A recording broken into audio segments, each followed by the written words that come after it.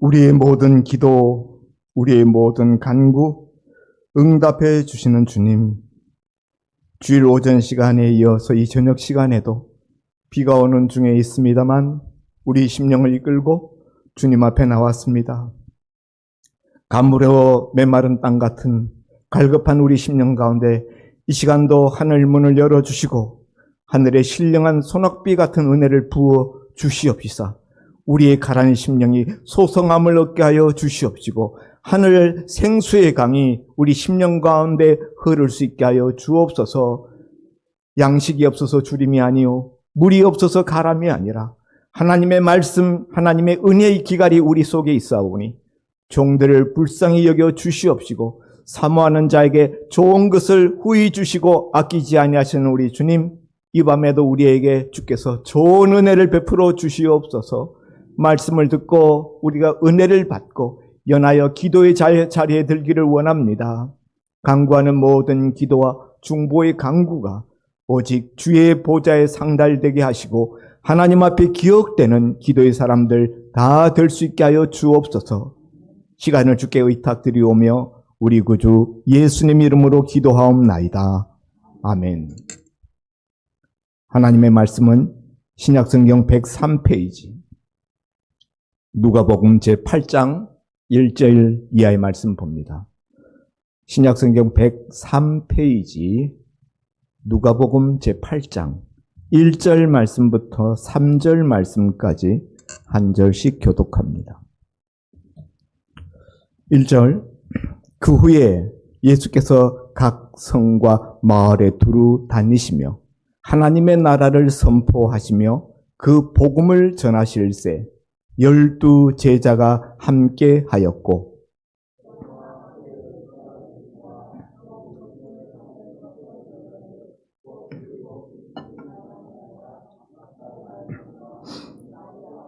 다같이 헤롯의 청지기 구사의 안내 요한나와 수산나와 다른 여러 여자가 함께하여 자기들의 소유로 그들을 섬기더라.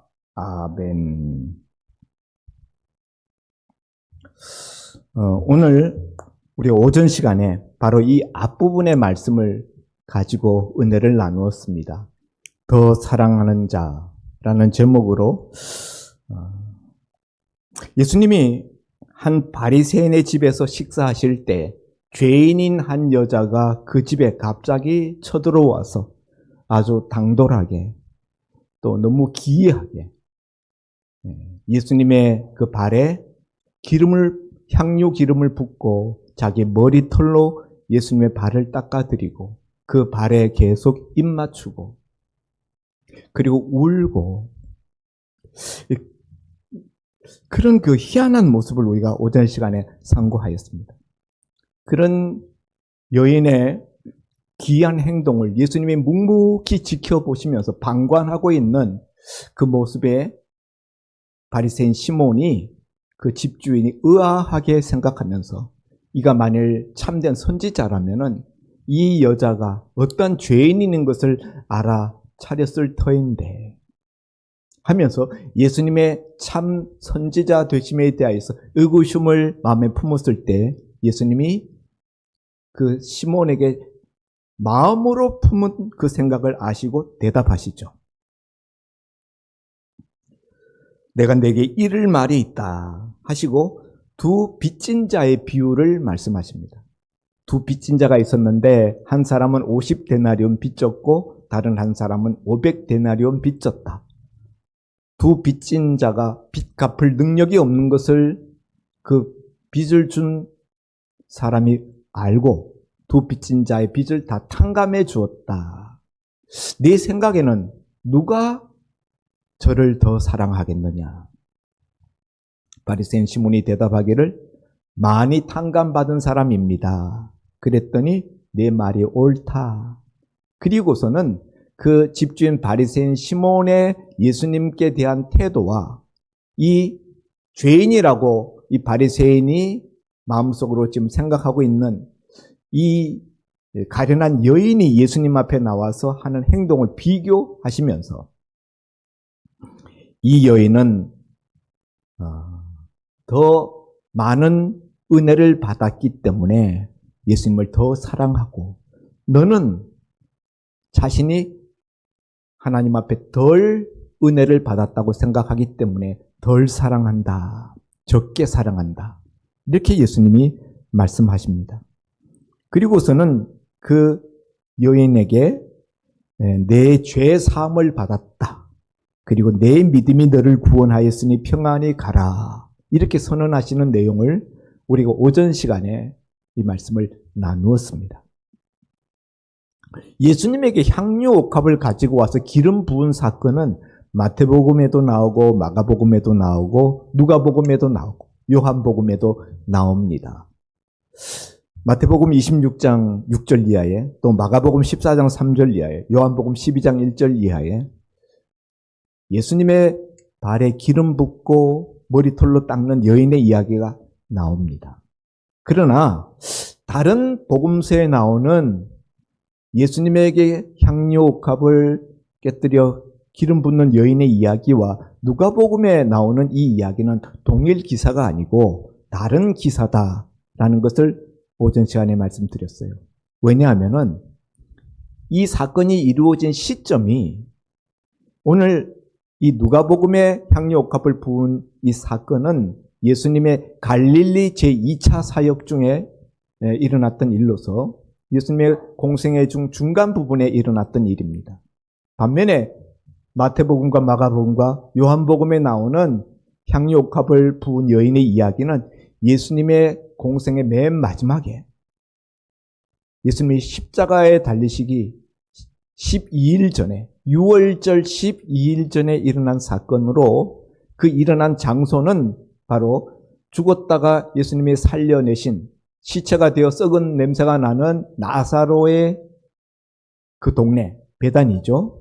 베다니에서 나사로의 누이 마리아에 의하여서 일어난 일이었습니다. 본문에 보면은 요한복음 12장 1절에 베다니에서, 또 3절에 보면은 나사로의 누이 마리아가, 이렇게 누가 그 행동을 했는지를 분명히 직시하고 기록하고 있습니다. 또 마가복음 14장 3절에도 베다니 나병 환자 시몬의 집에서라고 해서 그 향유옥합 부은 사건이 베다니에서 일어났다. 마태복음 26장 6절과 7절에서도 한 여자가 바리새인 시몬의 집에서, 그렇게 장소가 지정되어 있는데, 오늘 이 누가복음에서는 이 장소에 대한 이야기가 기록되어져 있지 않았다, 오전 시간에. 그렇지만은 그 장소는 예수님이 앞에 나인성 과부의 죽은 아들을 살려내시고 갈릴리 가버나움 지역으로 복귀하시던 중에 일어났던 사건이다. 그리고 그 나인성에서부터 가버나움으로 옮겨가는 그 중간에 뭐가 있는가 하면 중간에 막달라라는 마을이 있어요. 제가 오늘 오전 시간에 도대체 식사하시는 예수님 식사 좌중에 갑자기 쳐들어와서 여인이 예수님에게 기름을 붓고 자기 머리털로 예수님의 발을 닦고 그 발에 입 맞추고 하는 이런 일은 그 당시의 상식적인 생각으로서는 도저히 일어날 수 없는 사건이다.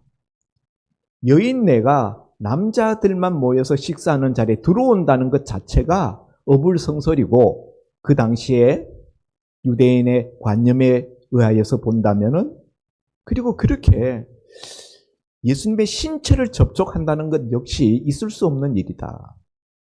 왜냐하면은 이 여인은 죄인이라고 성경에 말씀하고 있잖아요.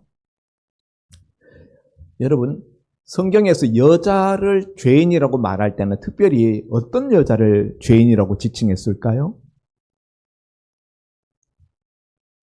성경에서 죄인의 대명사 그러면 세리와 창기입니다. 세리는 남자들이고요, 창기는 여자죠.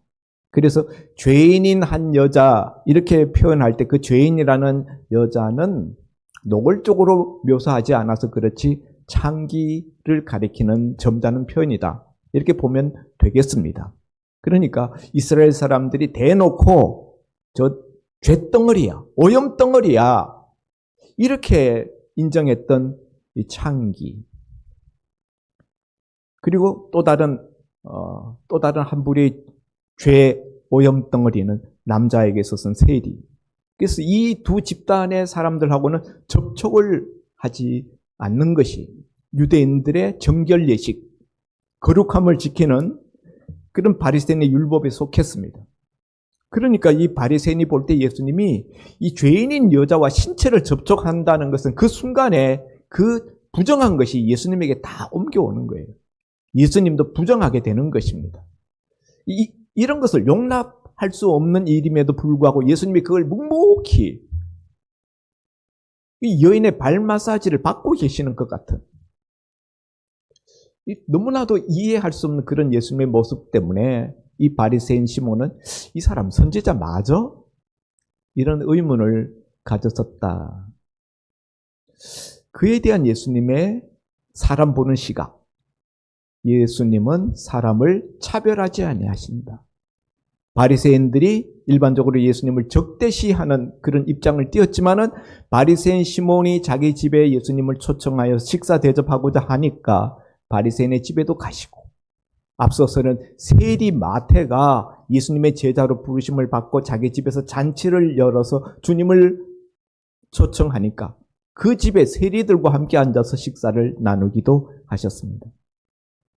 전혀 다른, 한쪽은 죄인의 대명사인 세리들의 집이고 한쪽은 율법을 누구보다 잘 지킨다고 자부하는 바리새인의 집이고, 그리고 예수님을 향하여 배타적인 시각을 가지고 있었음에도 불구하고 그 집에도 초청하니까 가셨다. 차별 없으신 예수님의 그런 행동, 사람을 대하는 시각을 우리가 볼 수 있었습니다. 예수님은 이 죄 많은 여인이 예수님 앞에 와서 보이는 그런 헌신적인 태도, 그녀의 예수님께 대한 그 풍부한 사랑, 그것을 보시고 내 죄 사함을 받았다라고 선언을 해주시고 내 믿음이 너를 구원하였으니 평안히 가라 라는 축복의 마지막 멘트를 주시면서 이 여인을 편안히 집으로 돌아가게 하십니다. 제가 오늘 오전 시간에 도대체 이 여인이 누구냐? 이 여인은 왜 예수님 앞에 나와서 이런 행동을 하는 것인가? 오늘 이 저녁 시간에 제가 밝히겠다고 말씀을 드렸습니다. 분명한 사실은 이 여인이 예수님을 찾아와서 이와 같은 행동을 보인 것을 볼 때 예수님과 초면은 아니었다. 초면이 아니었다는 것은 분명한 사실입니다. 예수님이 어느 집에 계시다는 소문을 듣고 찾아온 것이죠.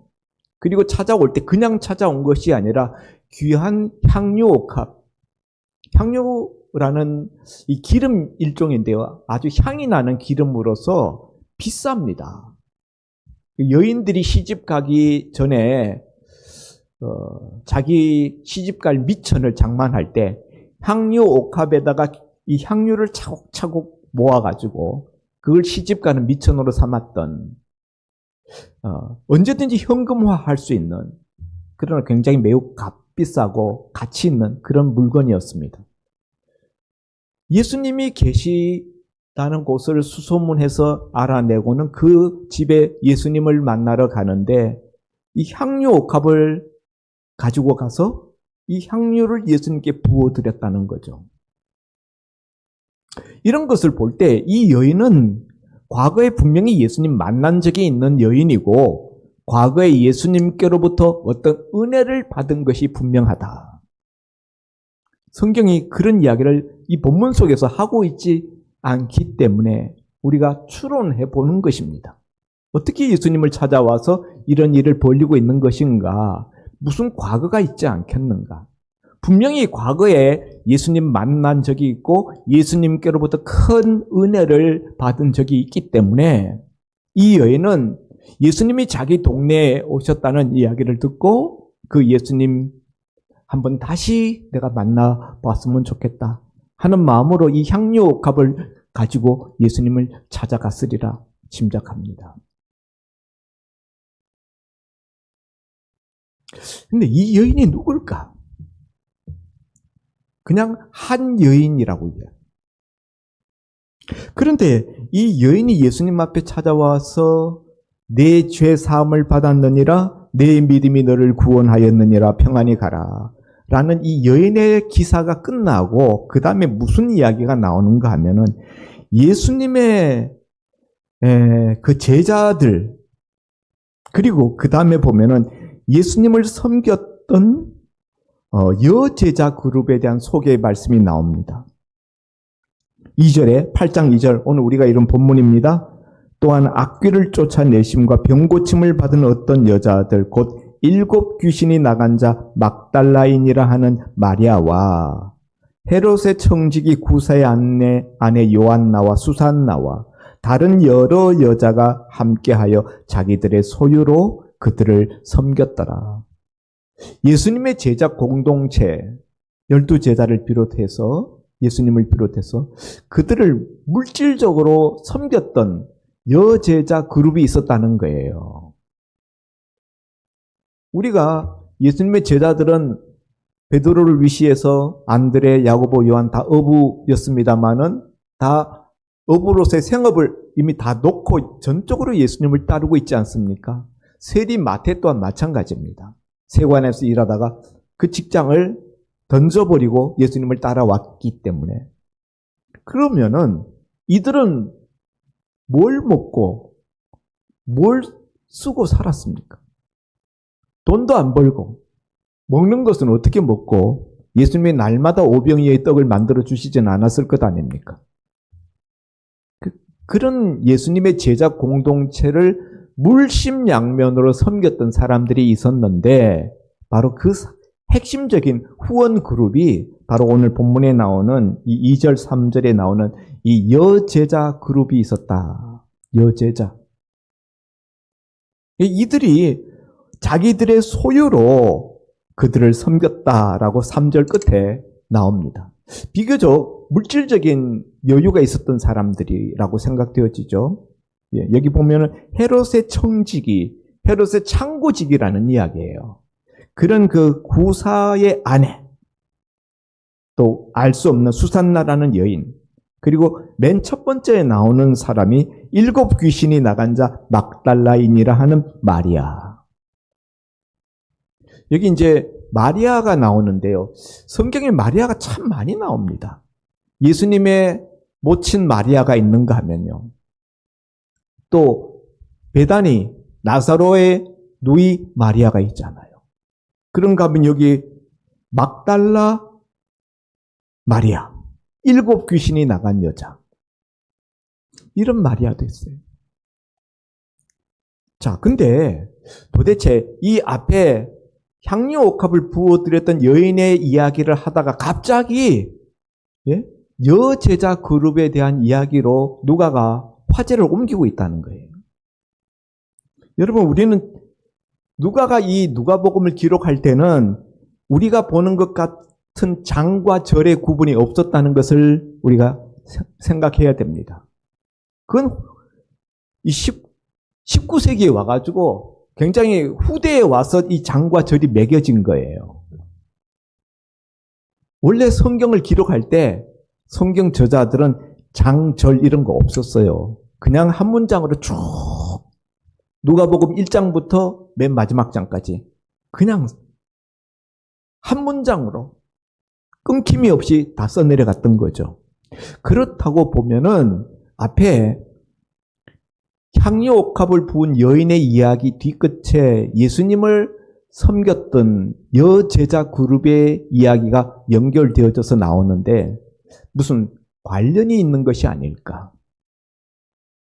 왜 향유 옥합 부은 여자 이야기를 하다 말고 예수님 제자 일행을 섬겼던 여제자 그룹에 대한 이야기를 하는가?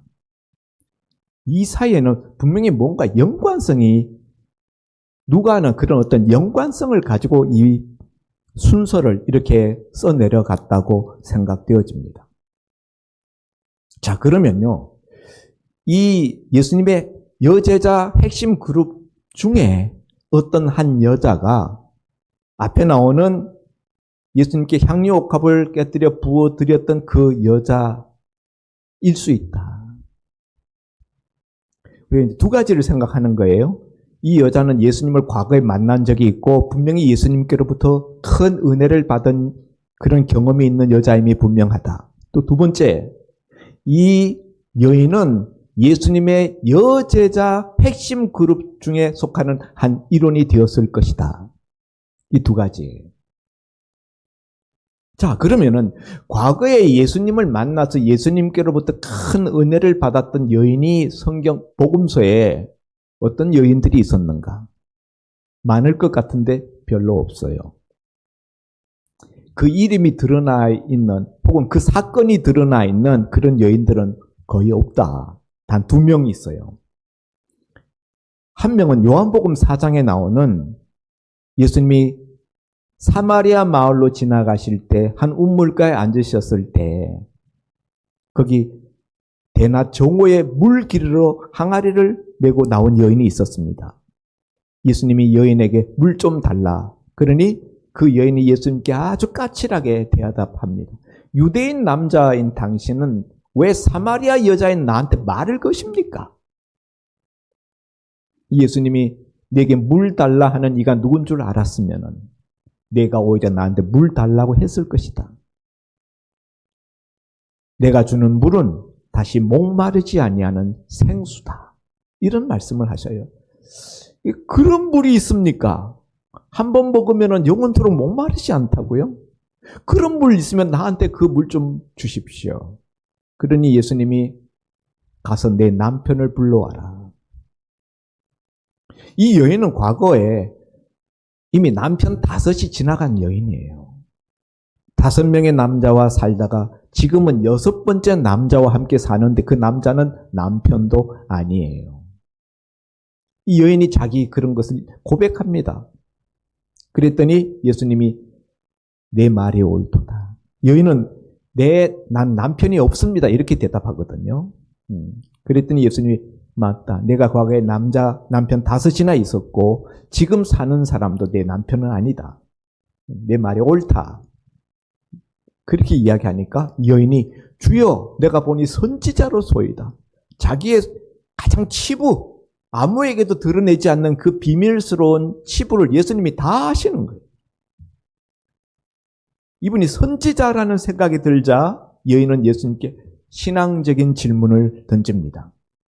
우리 조상들은 이 사마리아, 북이스라엘의 수도죠. 과거에 사마리아에 있는 성전, 사마리아 성전에서 예배드려야 하나님께 예배드려야 하나님이 받으신다고 그러는데 당신네 유대인들은 예루살렘 성전에서 예배드려야 된다고 하더이다. 어디서 예배드려야 됩니까? 이렇게 예수님 앞에 질문하자 예수님이 사마리아에서도 말고 예루살렘에서도 말고 아버지께 신령과 진정으로 성령과 영으로 예배할 때가 이르렀으니 곧 이때라. 그러면서 장소가 문제가 아니라 성령과 진리로 예배드리는 것이 관건이다. 이런 말씀을 하십니다. 여인이 대답하기를 옳소이다. 메시아가 오면 우리에게 모든 것을 가르쳐 줄 것입니다. 예수님이 그때 대답하십니다. 내가 그다. 내가 메시아다. 이 여인이 그 순간에 자기가 대면하고 있는 이 남자가 유대인 남자가 아니라 메시아라는 것을 확신하게 됩니다. 그리고 자기 살던 그 사마리아 동네로 항아리를 우물가에 버려둔 채로 뛰어들어가서 동네 사람들 나와보세요. 제가 메시아를 만났습니다. 내 모든 과거를 다 아시는 분, 그분이 메시아가 아니시겠습니까? 하면서 예수님을 증거합니다. 그래서 사마리아 성에 큰 복음화 운동이 일어나고 많은 사마리아 사람들이 예수님께 믿고 돌아오는 회개의 역사가 일어났습니다. 이 여인이 예수님께로부터 신약 성경에서 큰 은혜를 받았던 그리고 그 삶이 변화되었던 대표적인 한 여인이죠. 근데 이 여인은 이방인, 반이방인이죠. 사마리아 여인입니다. 또 다른 한 여인이 예수님께 은혜 받은 여인이 있는데 그 여인은 바로 요한복음 8장에 나오는 여인입니다. 요한복음 8장에 보면 바리새인들과 서기관들이 예수님을 함정에 빠뜨리기 위해서 가늠하다 잡혀온 한 여인을 현장에서 잡아가지고 끌고 옵니다. 그리고는 예수님 앞에 그 여인을 앞에 세우고 우리 조상들은 이런 자는 돌로 쳐서 죽이라고 말씀하셨습니다. 율법에 그렇게 되어 있다는 거죠. 예, 모세 율법에는 그렇게 되어 있습니다. 그런데 당신은 뭐라고 하시겠습니까? 이렇게 질문해요.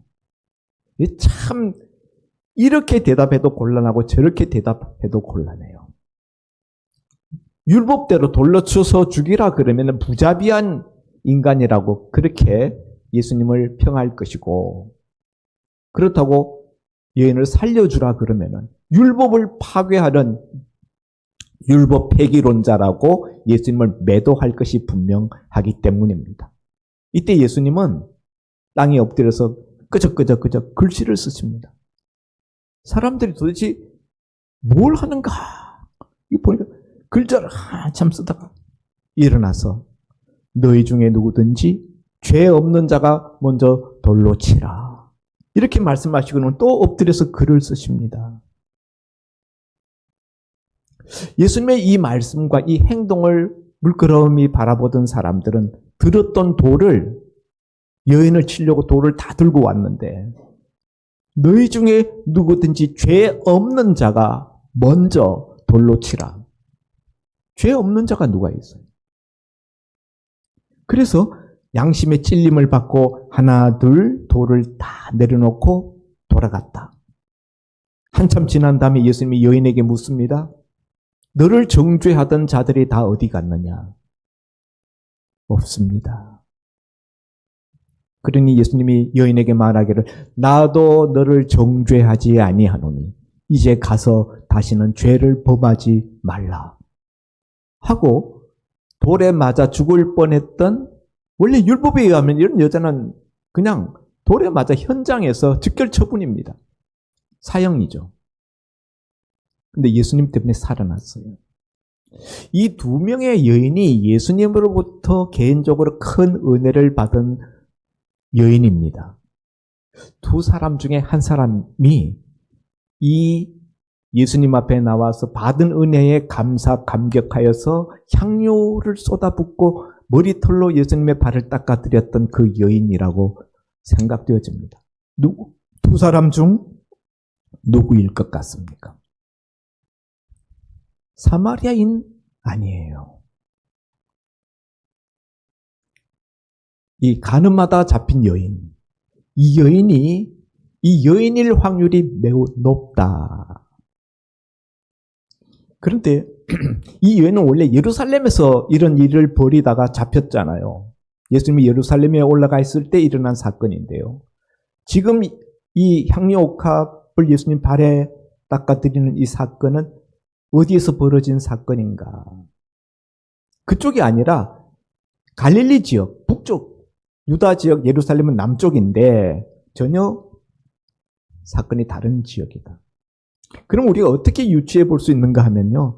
예루살렘에서 이런 일을 당해서 잡혀서 현장에서 돌에 맞아 죽는 즉결 처분을 받을 뻔했던 여인이 예수님의 은혜로 예수님이 사실 자기 목숨을 걸었던 거예요. 그래서 이 여인이 살아났습니다. 그러나 예루살렘에서는 이 소문이 다 돌았기 때문에 부끄러워서 살 수가 없어요. 그래서 자기 고향으로 내려갔다. 갈릴리 지역 자기 고향. 거기가 어디일까? 거기가 바로 이 바리새인 시몬이 살고 있는 동네. 바로 막달라입니다. 나인성 과부를 살리고 가버나움으로 돌아가시던 그 길 중간에 있는 곳이 막달라예요. 그러니까 사건 순서적으로 보면은 나인성 과부의 죽은 아들을 살리고 그리고 막달라로 가셨다가 막달라 지역을 통과하다가 시몬이라는 사람의 식사 대접을 받고 그 자리에서 이 향유 옥합 붓는 여인을 만나고 그리고 예수님은 이제 가버나움으로 예수님의 주 활동 무대죠. 갈릴리 호수 옆에 있는 가버나움으로 내려가시게 됩니다. 그러면은 이 여인은 여기 8장 예수님의 여제자 중에 첫 번째 나오는 7 귀신 나간 자 막달라인이라 하는 마리아일 확률이 매우 높다라고 생각되는 거예요. 예수님으로부터 큰 은혜를 받았다. 그래서 그 은혜에 대한 감격과 감사 또한 사랑의 표시로 이런 헌신의 행위를 예수님 앞에 보였다. 7 귀신을 쫓아내줬다. 근데 여러분 여기 유대인들이 쓰고 있는 이 단어의 의미가 오늘 우리가 쓰고 있는 의미와는 좀 달라요. 7 귀신이 나갔다 하는 걸 우리가 액면 그대로 글자 그대로 받으면 귀신이 7마리가 있다가 예수님 능력으로 쫓겨나갔다. 이렇게 우리가 생각하게 되는데 그런 뜻이 아니고 7이라는 숫자는 완전 숫자예요. 예수님께서 아람 나라 국방장관 나만에게 요단강에 가서 7번 몸을 잠그라 할 때도 7이라는 숫자가 나오잖아요.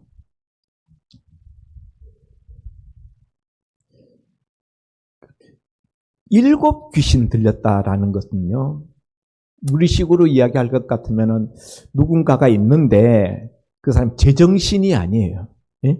무슨 일을 막 벌렸는데 제정신이 아니에요. 뭔가 덮어 씌웠어, 저거. 뭔가 씌워져 가지고 저런 생각지도 못하는 저런 일을 벌렸다. 할 때 우리가 쓰는 뭔가 씌워 가지고 저런 거야. 할 때 쓰는 유대인식의 표현이 7 귀신 들렸다라는 거예요. 그러니까 제정신에 된 것이 아니고 뭔가 악한 영에 의해서 취임을 받아가지고 미쳐가지고 한 그런 어떤 행동.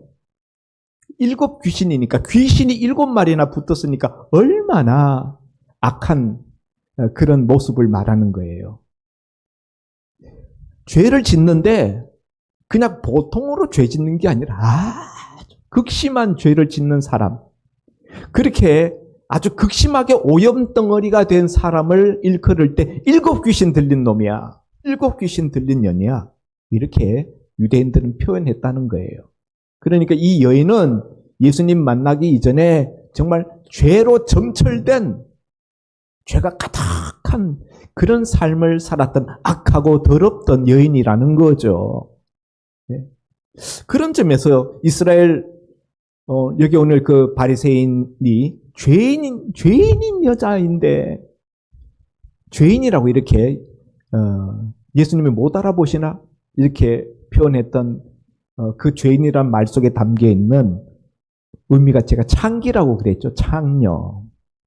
그러니까 이제 그 극도로 음란한 그런 성품을 가지고 그런 많은 죄를 지었던 그런 여인이라는 뜻이에요. 그런데 이 여인이 예수님 만나서 과거에 어떤 경로가 있었는지는 알 수 없지만은 완전히 그 삶이 변화되었다는 거예요.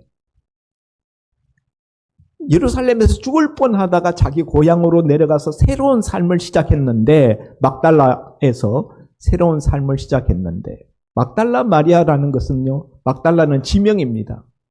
베다니 마리아가 또 있잖아요. 베다니도 지명이에요. 같은 이름을 가진 사람이 여러 명 있을 때 지명으로 구분합니다. 가룟 유다 그럴 때 가롯 유다, 원래는 이스카리옷 유다예요. 이스카리옷 지역에 살고 있는 유다라는 뜻이에요. 예수님의 제자 중에 또 다른 유다가 있잖아요. 그 흔한 이름들 경우에는 어디 출신이냐, 지명을 써서 구분했던 것이죠. 이 마리아라는 이름도 흔했기 때문에 막달라 지역에 살고 있었던 마리아다, 이렇게 구분하고 있습니다. 그러니까 이 여인은 아주 죄 많은 여인이었는데 예수님 만나서 인생이 변화되었는데 고향에 내려갔지만은 이미 소문이 다 돌았어요. 그래서 아무도 이 여인을 가까이 하려고 하지 않아요. 그러던 차에 예수님이 자기 사는 그 지역에 오셨다는 이야기를 듣고 예수님 때문에 살아난 목숨, 예수님에 대한 고마움이 늘 있었거든요.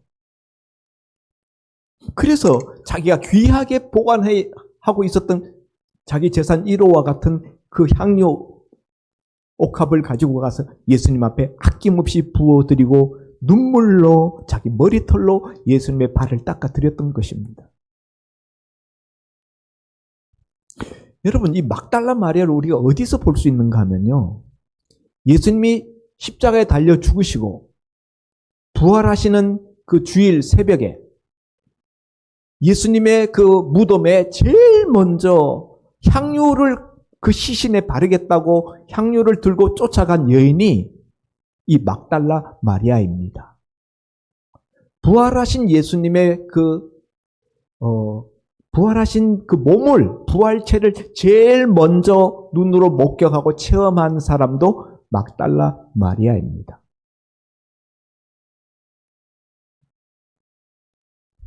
동산직인 줄 알고 당신이 우리 주님의 시신을 어디 두었으면 가르쳐 주십시오.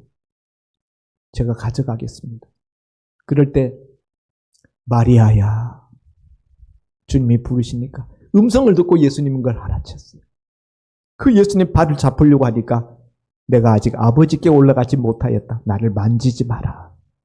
그리고 제자들한테 가서 이 사실을 전해라. 내가 살아났다. 예수님이 부활하신 자기 몸을 맨 처음 보여준 것은 베드로가 아니에요. 이 막달라 마리아입니다. 여기 여제자 그룹 중에서도 제일 선두에 7 귀신 들렸던 자 곧 막달라 마리아라고 여제자 그룹 중에서 제1번으로 나옵니다. 성경에서 순서가 기록된 순서가 앞선다는 것은요, 그만큼 하나님이 그 위치를 인정해 주신다는 말씀이에요. 그러면 여러분, 여제자 그룹에 많은 여제자들이 있었지만 막달라 마리아는 여제자들 중에서는 베드로예요. 탑이 넘버원입니다. 예수님이 가장 사랑하고 가장 신앙을 인정해 준 여인이라는 거죠. 전에 창녀였던, 그리고 그렇게 죄 많아서 사람들이 7 귀신이 들렸다라고까지 일컬었던 그 여인이 초대 예루살렘 교회에서 가장 유명한 신앙인, 달리 바꾸고 말한다면 성녀 막달라 마리아로 바뀌었다는 거예요. 창녀 마리아에서 성녀 막달라 마리아로 바뀐 것이. 이 7장 끝과 8장 처음으로 우리가 넘겨오면서 우리가 알아낼 수 있는 내용입니다. 예수님은요, 사람의 인생을 바꾸시는 분이십니다. 살아갈 인생에 힘을 잃은 자들에게 살아갈 인생에 힘을 주시는 분이에요.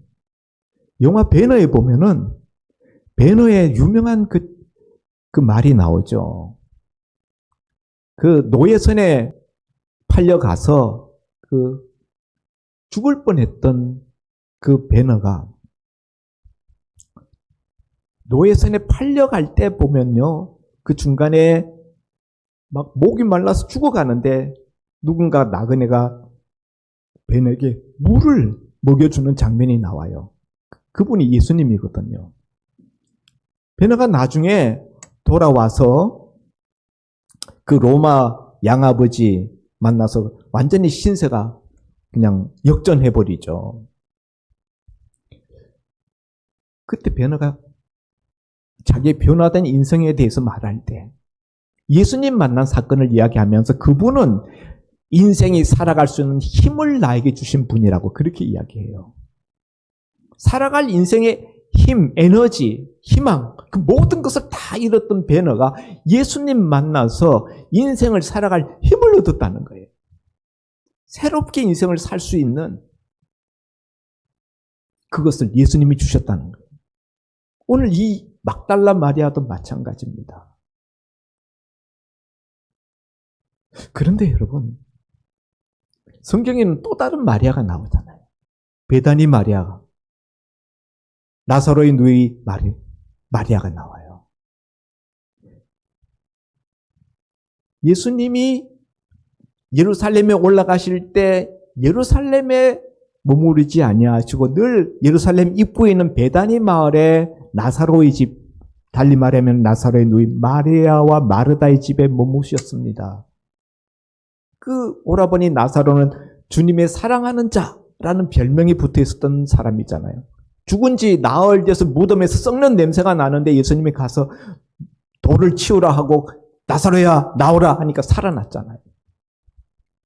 그 다음에 보면은 이 베다니 마리아가 예수님의 그 발에다가 향유 옥합을 깨뜨려서 기름을 붓고 자기 머리털로 닦아드립니다. 가룟 유다가 막 책망하죠. 이 비싼 것을 팔아가지고 가난한 자들에게 나눠줬으면 좋았겠도다. 예수님이 그때 책망합니다. 가만두어라. 그녀가 내게 좋은 일을 하였느니라. 나의 장래를 위하여 예비하는 것이다. 이렇게 말씀하시면서 이 여자가 오늘 내게 행한 일은 복음이 전파되는 곳 끝까지 이 여자가 내게 행한 일도 함께 전하여지리라. 이렇게 예수님이 말씀하십니다. 그런데 여러분, 이렇게 예수님을 가족처럼 섬겼던 이 나사로 가정의 이 마리아가 나중에 예수님 십자가에 달리시고 부활하는 거기에는 마리아 이름이 없어요. 베다니 마리아가 거기 나오지 않습니다. 그럴 리가 있겠습니까? 예수님의 사랑하시는 자라고 나사로를 불렀고 그 죽은 나사로를 살려주고 얼마 되지도 않았어요, 지금. 그 나사로 살려내고 지금 한 달도 안 돼서 예수님이 십자가에 달리시고 죽으시고 부활하셨어요. 근데 그 현장에 베다니 마리아가 없다. 말이 됩니까? 막달라 마리아는 있는데 베다니 마리아는 없어요. 그래서 요즘 어떤 성경학자들은 예전에는 막달라 마리아와 베다니 마리아를 다른 인물로 봤습니다. 지금은 동일 인물로 보는 성경학자들이 많이 있습니다. 그러니까 막달라라는 북쪽 지역에 가서 살다가 어느 기회에 다시 예루살렘 근처에 있는 베다니로 와서 옮겨 살게 되었다. 아니면 오라버니와 그 누나가 그 언니가 거기 살고 있어서 그리로 와서 같이 살았을 수도 있어요. 그래서 예수님이 예루살렘에 올라갈 때마다 또 올라가다 내려갈 때마다 이 베다니 마리아의 집에 들러서 거기가 예수님의 그냥 정거장이에요. 거기가 예수님 늘 거기서 주무시고 거기서 식사하시고.